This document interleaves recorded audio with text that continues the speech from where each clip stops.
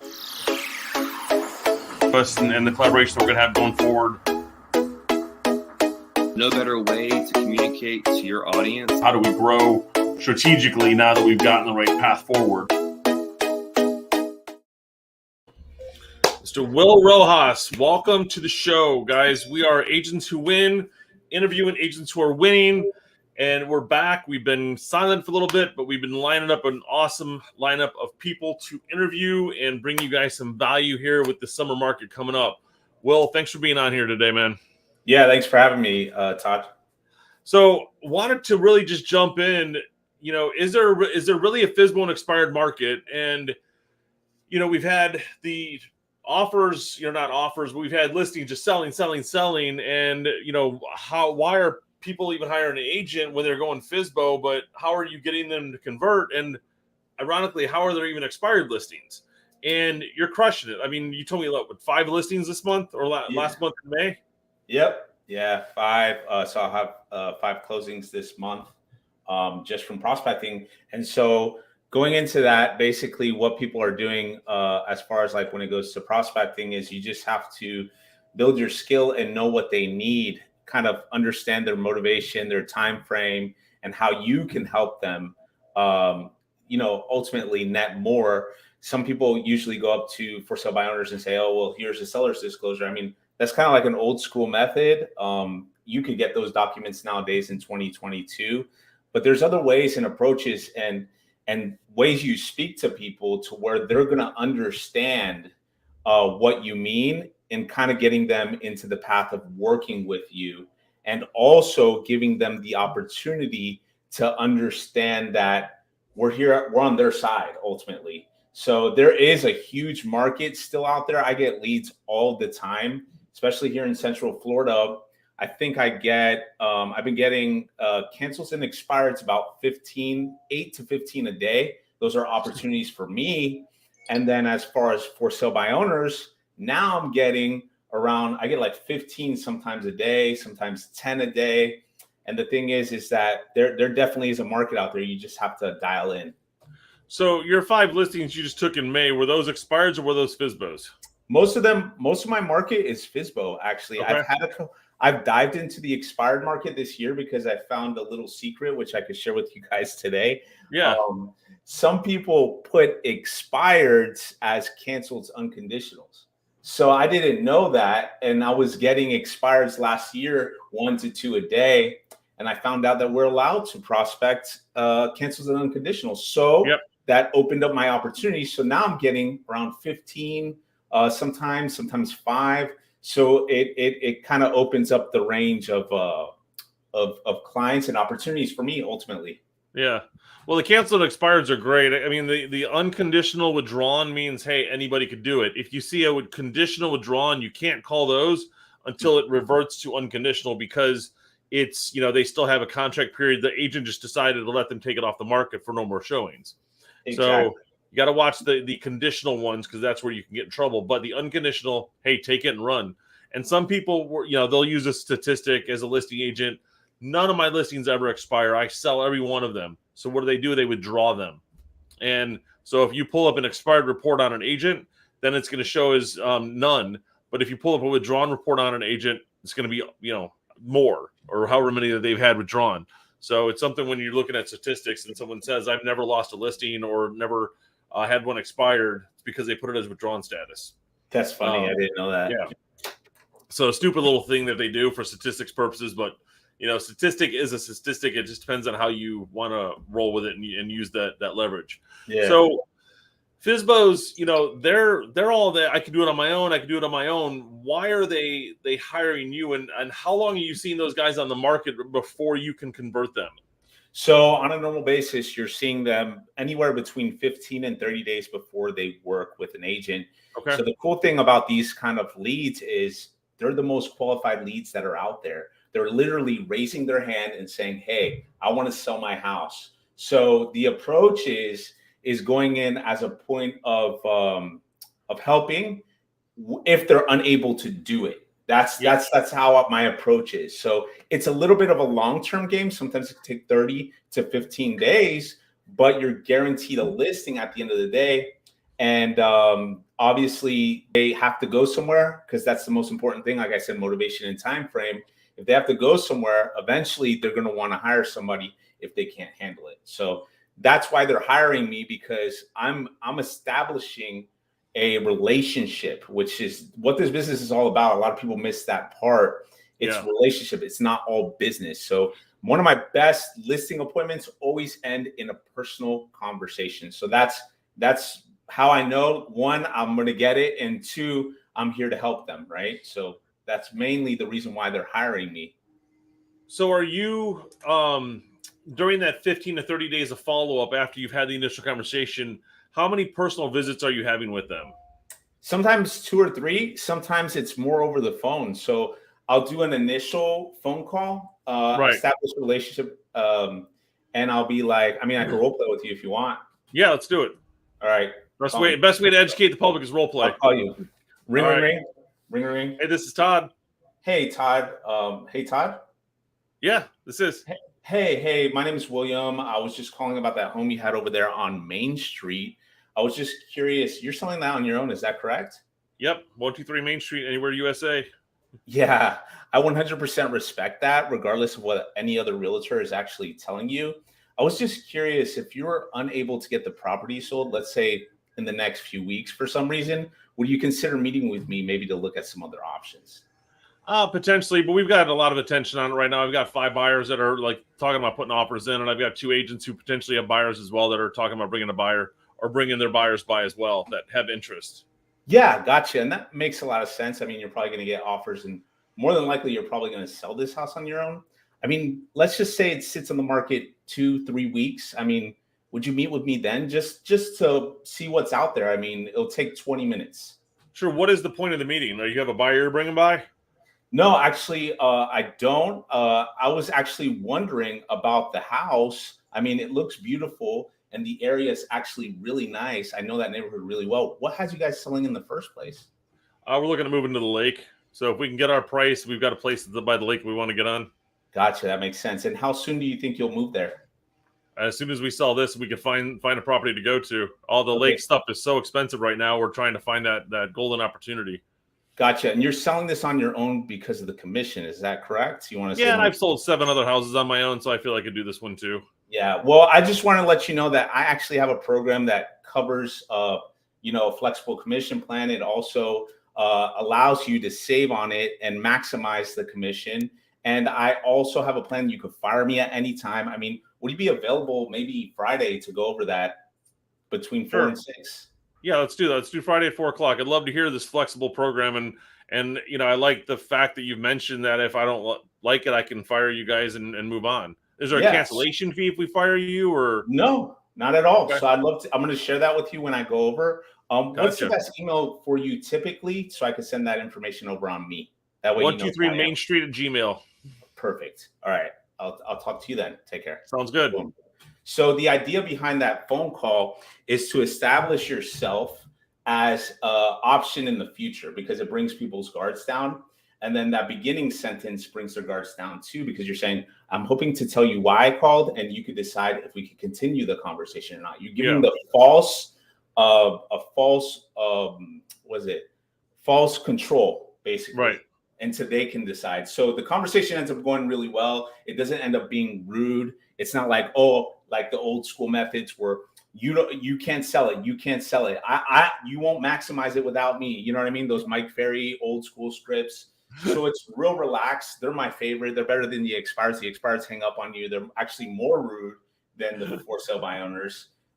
So yeah, I absolutely love FSBOs.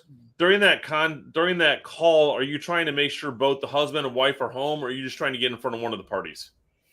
That's a great question. So there is a way to qualify that. More than likely, if they say, oh, well, my wife's not going to be here at that time, or it'll just be me, my wife's not going to be there, then I'm going to try to do it to where they're both there. Because usually there's one person that's the decision maker, usually the wife, believe it or not. And so you want to make sure both parties are there, so you have the conversation with both of them. That way you're not doing the presentation twice or having the conversation twice. Right. So that's pretty much because the wife's interviewing other agents while you're not interviewing the husband. The wife's not interviewing other agents as well. And next thing you know, the wife has hired the agent, and the husband's like, okay, whatever. Yeah, and another thing that's hurts a lot of agents when they prospect these people, the for sale by owners or expireds, is they don't have a business proposition, which a lot of people need to probably build on. Like when I told you can fire me at any time, that's a business proposition. Yeah. That's something, they call it a USB, unique selling proposition, and that on the marketing side helps them have no reason to not hire you. They can't say no.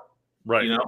So it's just a matter of skill, practice, and just putting in the time and effort to get you to that level where, hey, I got 5 listings this month. You know what I mean? I'm going to change my family's life. So that's pretty much it for the most part. What does your day look like? When are you making your calls, or when are you getting in front of the most people? And is it all phone calls, or are you doing emails and videos to get their attention as well? And the emails and videos might be follow-up, but if you haven't gotten a hold of them, like, what is your golden answer to get a hold of, or to get them? Of course. So the first time that we do a call, it's usually just to introduce yourself, let them know who you are. You send them over something on you. And then as soon as you establish that relationship, the follow-up calls come every week. 1 day a week, you're going to set follow-up calls. I usually do them on Mondays. Okay. So I'll call through my whole follow-up list. And my job when you're prospecting is to set an appointment to get face-to-face. That's the job of the appointment. Now, for beginners, there is another way of prospecting that will get you in front of the client right away. And it's called previewing a property. And so your conversation would be based upon previewing the home in order just to look at it because you're in real estate. And people do this all the time. There's actually an option in showing time as an agent to just preview a home. So that will get you in the door a lot easier. And the face-to-face is killer because people are rude on the phone because they have control. Where in person, they become human most of the time. Right. So I think you can break it down a little bit too and get personal with them. Exactly. Oh, that too. You could having a business or doing business with people is all about rapport. And if you can relate with them, let's say, I don't know, you're a Tampa Bay fan and you see they love Tampa Bay and you can relate, use that to your benefit because that's going to help them. They like people like working with people that they know, and that's going to help you kind of get over that barrier of awkwardness. Right. Build a circle of trust. Yeah, exactly. And another thing, a lot of for sale by owners don't understand how realtors get paid. That's another thing. So and people in general in the outside of the our industry don't understand our words, our terminology, the loan types that are out there. They don't understand how we're getting paid, what we're putting the money towards. They don't understand that as a listing agent, you're putting money towards photos, video, drone footage. And some people downplay that stuff. But like Don once told me, and it's stuck with my head forever, Don Sprinkle, he told me, your home is the digital doorstep to your home. The pictures of your home is the digital doorstep to your home. I don't think I said that right, but you know what I mean. So you get the point. This is like it's your digital playbook of your house. Exactly. And so if we can see a lot of it now. Before, I mean, I grew up in this industry, and my parents, they used to get the book on Tuesdays.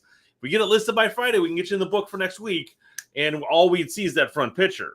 Even the FSBOs and stuff. It was all just in the newspaper ads. So you didn't know what you were looking at. Yeah. So previewing then was a lot different than it is today because I could preview all the comps, write my notes about the kitchens, everything at a time. Yeah. Exactly. And most of this data that I'm getting it from, it's not like I'm popping on Zillow and doing it. You could actually pay servicers like Vulcan 7, Mojo Dialer. They have a triple line dialer where 3 lines ring at once. You have My Plus Leads that integrates with Mojo Dialer. That's a little bit more affordable. But I would recommend Vulcan 7 100% only because the accuracy, and you're not going to waste any time, and you're not going to be calling the wrong person by accident. So that's the other thing that kind of facilitates this whole process is it makes your life easier instead of doing this because people think I'm hand dialing here, but no, I'm going through 100 calls in probably 40 minutes maybe, which is very short. That's the funny. I was at a friend's house who does the same thing you do. We were sitting in his office at home, and he's like, "Watch this." So he hits go, and the 3 lines ringing or 2 lines ringing. and one of them was like, hello, and he goes, this is Mark, blah blah blah, and then the next one, it's like, hello, are you there? I'm sorry, it must be a bad connection, and it hangs up, and it's the voicemail recording or whatever, and as soon as he's done with call A, call B rings again, and hey, that must have had a bad connection. This is Mark, blah blah blah. It's just funny how you can keep that rolling and get through that many calls in a short amount of time. Because what am I doing? I got to find the number, dial it on my phone. I'm pulling my phone and I'm dialing it out. And now I've wasted 5 minutes doing that where I could have downloaded the list and gone through it. On the triple line is where it's at, Yeah. because you're calling 3 lines at once. So you can get through 100 calls in 30 minutes. Yeah. The problem with that is exactly what you said. 2 people pick up, you might miss a call, and then you try to call them back. Sometimes they don't pick up again. But it still gives you that time crunch. You're knocking out all your contacts in a short period of time versus doing this and looking it up on Zillow. So let's talk about the 3 programs. So Vulcan 7, what do you pay per month for that? So I jumped on a yearly contract ever since I joined them, and it's about $300 a month. Okay.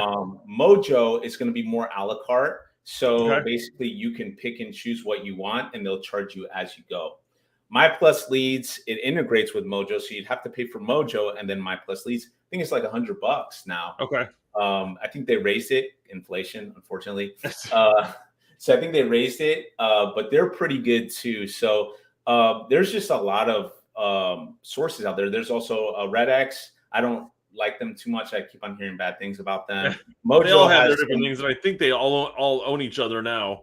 Mojo has the most inconsistencies. My Plus Leads has some too, but that's why I choose Vulcan, because Vulcan, I'm not wasting time on figuring out a number. I'm just going for it. Right. So, and the other thing that's cool with prospecting is if you see somebody moving out of the house, there's a way to get their number and actually have a conversation with them. Right. I'll give you an example. I had a friend that was moving. She was renting a condo. She gave me the number, I had the address. So I said, what are they going to do with the place? I found out that they're going to probate it. 2 units in the same neighborhood. I called them before they reached out to anybody else. So I'm beating the competition before the competition is even there. Yeah. So, and then creating a relationship with that owner. And now I'll have 2 units on the market next month, you see? So it's just like, calling is like everything. I mean, even in inbound, you have to call. A lot of people got to pick up the phones, and because if you if you get an inbound, you get a voicemail, you dial it back out. The thing is, you've got to be on the phone doing your follow-ups, because even if you have a conversation with them, you need to put them back on your monies to do that. Reason I ask about like what programs you're using, and Vulcan's $300 a month, Mojo's $100 to $200 a month, depending on the level you have. That's a $400 investment into your business monthly. That you're closing 5 houses, and let's just say you're making $5,000 a house. That's $25,000 next month that you're going to make. And that's your expense, and to get to those opportunities. So it's a small investment for a big reward. Yeah. It's just the work. And that's what people don't want to do. So I'm obviously coached. I've been coached since I've been in real estate for a while now. And what my coach has always told me is that you have to crawl through the crap to get to where you want, because a lot of people, what they see is they see the successes. So right now you're seeing me close 5 deals, but you didn't know the struggle I had to go through to get there. So it's not an easy path. And most agents are always looking for, like my coach says, the path of less resistance. So shiny object syndrome, what's the new thing? What's this, what that? But if you stick to one thing and commit and make the phone calls and practice and get good at it, read books. I mean, one great book that you can start off with, I tell people all the time, if you want to start prospecting, is Jeb Blunt's book, Fanatical Prospecting. Yes. Amazing book to start with. Another good book is from my coach. It's called Reverse Selling. His name's Brandon Mulrennan. Great coach. I recommend him 100%. If you guys are looking for a coach, there's also other coaches out there as well that you could look at. Just find somebody that you jive with the way you want to prospect and call people. That's what you have to look for, essentially. Right. And what you can afford. Don't put yourself in debt because you're not going to generate business right away. It's not. Because what you do, like Jeb Blunt says, what you do this month will pay you for the next 3 months. That's how it works in real estate. So, well, and think about like your probate one could have been 3 months ago. You're now finally listing it in June or July. And we have a lot of sellers that are like that. They're having a conversation today, but they're not going to list for 3 months. And so you can't, oh my God, I got a listing appointment. Yeah, but it's not listing for 3 months. So I know I'm going to get paid in May instead of March, but I have that upcoming opportunity. So that's the thing. Same thing with FSBOs and Expireds. You've got to keep calling and doing your thing. If you just call them all once and hope they did business with you, it would never work. So it is a follow-up game. And here's the thing. That's just 2 lead pillars. There's absentees, divorce, probate. What else is there? There's everything you can think of. Yeah. And all those can be prospected. I mean, all those can be prospected. There's downsizers now because of the baby boomers, right? Yep. They're looking for smaller homes. You can get all those lists through your title companies, through reverse prospecting, through the tax rolls. The downsizers are people who bought their houses between this year and this year, had a big house, and are a certain age. You can pull all kinds of stuff. Where you can get them? Remine. It's free to us. Yep. I think IMAP is free to us. Yep. Those are where you could get phone numbers from. There's also so many cool tools that are free for it. Yeah, and there's also companies that pull them too. Like what is it? There's one that I use that's called Lead Mining Pro. 7 cents a lead. Right. You get 7 cents a lead. So I got my neighborhood 2,800 people. It cost me $190. One deal. Yep. We'll cover that forever. The transaction fee covers it. Exactly. Done. So go ahead. Go ahead. I was saying, let's now. You're only working on those 2 right now. So once you get that dialed in, are you going to work on like the absentee owners, or are you going to what is your next step there? So we're in Florida, so it's no secret absentee owners are here. I kind of stay away from them for that reason because they are getting bombarded right now. Yeah. At some point, I want to get into divorce. Okay. Sounds funny or weird, but it's 3 transactions. Think about it. You're selling a home. You just got to. You're listening to 2 sales. You got to be the ref though on that one. Yes. And then you have 2 sales afterwards. So now you're generating 3 opportunities at the same time. Yeah. So probate, it's almost like a for sale by owner because there's usually more than one person involved and they want to maximize, right? So I'll just stick to the for sale by owners. I don't want to have another set of for sale by owners and then go to probably divorce would be the I think probates we've looked at and we've tried before. You got to get to the attorneys. You can't do it. There's too many people involved. You got to get to the attorneys, I think, to get success there and build those relationships. That's my opinion because we've tried several different ways to get into probates and it hasn't worked. I think we got to call the ambulance chaser more than anything when we were doing it. But if you get to the attorneys, that's where you build the relationships, and the attorneys will say, "Hey, call here." Divorce is another one. You get the filings. We've had I've got a friend getting divorced and go to her house, and they've got letters from agents on her desk. I mean, literally the day it's filed, there's something coming, and it's kind of crazy, but it's a touch that's sitting there. You're doing to refine your skills over and over. Now you've been calling FSBOs for a year to 2 years. You're pretty good at it, but you always gotta keep sharpening your skills. So what are you doing to do that? So I love to relate this like in sports or something, right? In order to be the best, you have to practice. And when you practice, you have to practice. Kind of like Kobe Bryant says, right? Yeah. So what you have to do is just keep on practicing. I have like 3 script partners I talk to on a normal basis. I'll have one that starts at 7, 7:30. And then if I don't call expireds, I'll jump on the 8:30 group. And I also have an accountability group that actually recently are working with me now. And we hit the phones and it sounds like a call center, almost like a boiler room or something like that. So you guys are doing role playing at 7, 7:30, and 8. Are you guys just like you and I role playing, or is it a group of you role playing together? It's a group now. We have, I think like 5 or 6 guys. And so we're accountability groups. So we show up, we actually send each other checks, believe it or not. So if we don't show up, we have to cash them. We get to cash them. So that keeps us in the loop. And then obviously if something happens family wise or something, we all make a group decision. If that's okay, hey, go take care of it. It makes sense. So with that, that has helped me a lot more because this business is a very lonely business, regardless of where you're at. And most brokerages are worse than others. No lie. Like you're on your own. Figure it out. Yes. I did it. I've been 30 years in the business. You figure it out. You're new. You know, I'm trying to find a phone book because that's what it used to be. I don't have a phone book. I don't even know why I'm looking around. I'm looking for a big book that I could be like, you want to call leads? Here you go. You know, it's not used to sit down and raise your seat anymore. It's used to prospect out of. So that's the worst part about it. So if you could find a group of people that can help you stay accountable, help you do it, you just have to be dedicated. That's it. It's just like anything else. Anybody that's successful in anything, what do they have the most of? Dedication. That's it. Once you become dedicated and obsess over this business, you'll start to see success because you'll turn any no into a possibility, right?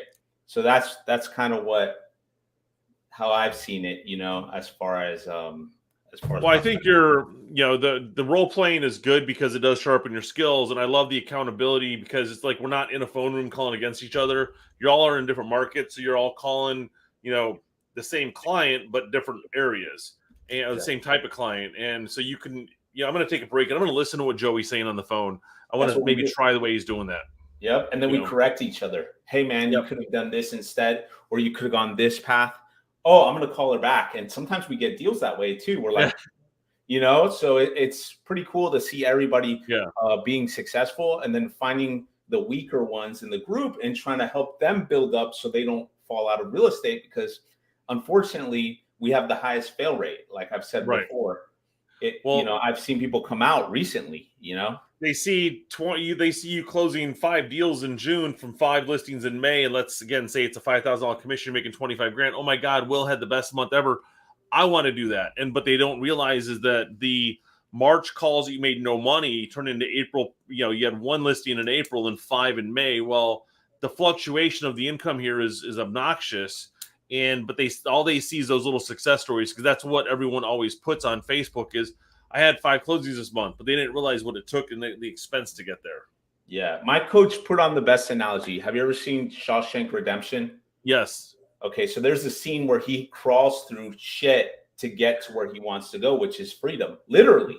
So that's what you have to do to become successful in this business is you have to crawl through it, which people don't see. And then you have to come out of it for freedom. So, you know, for the freedom or the thing you want, which is a better life for you and your family, you know, so it's just crazy. But a lot of people don't realize that, or, you know, they're always looking for, like we said, the path of least resistance. Path of least resistance. Where's my A leads? Where's my A leads?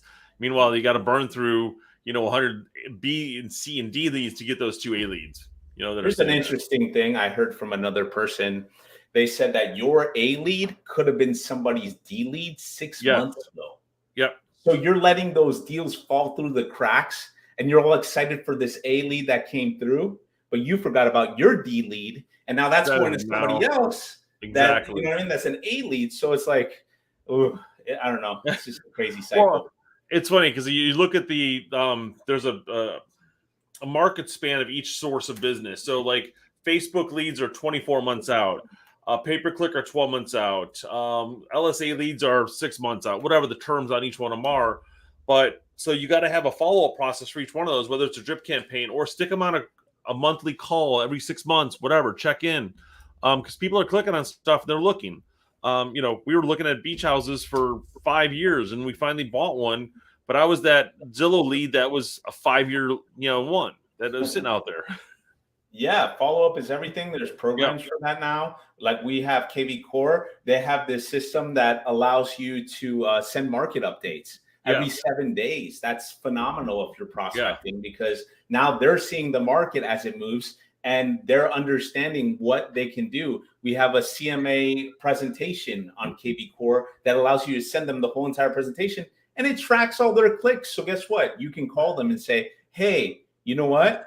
I saw you were interested in maybe what I sent you. I mean, and then you can build a conversation off of that, you know? So it's just the tools help too. And the automation helps as well. HomeBot, get with the lender. It's only $25 for the agent.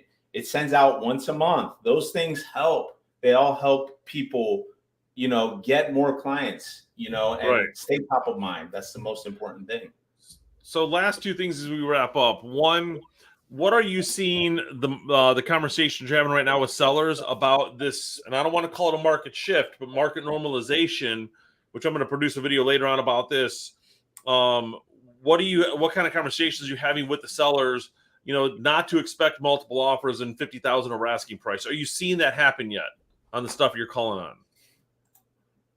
I guess I'm lucky. Not yet on some. So this is what I'm noticing myself is depending on the property in the area, you still might get multiple offers, but and the property, the way it looks and whatnot. Yeah.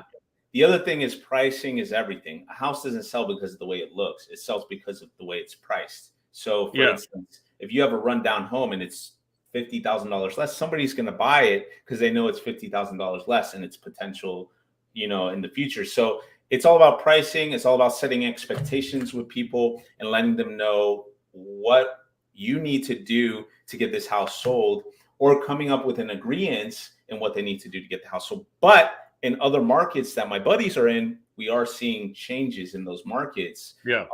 That houses are sitting on the market longer.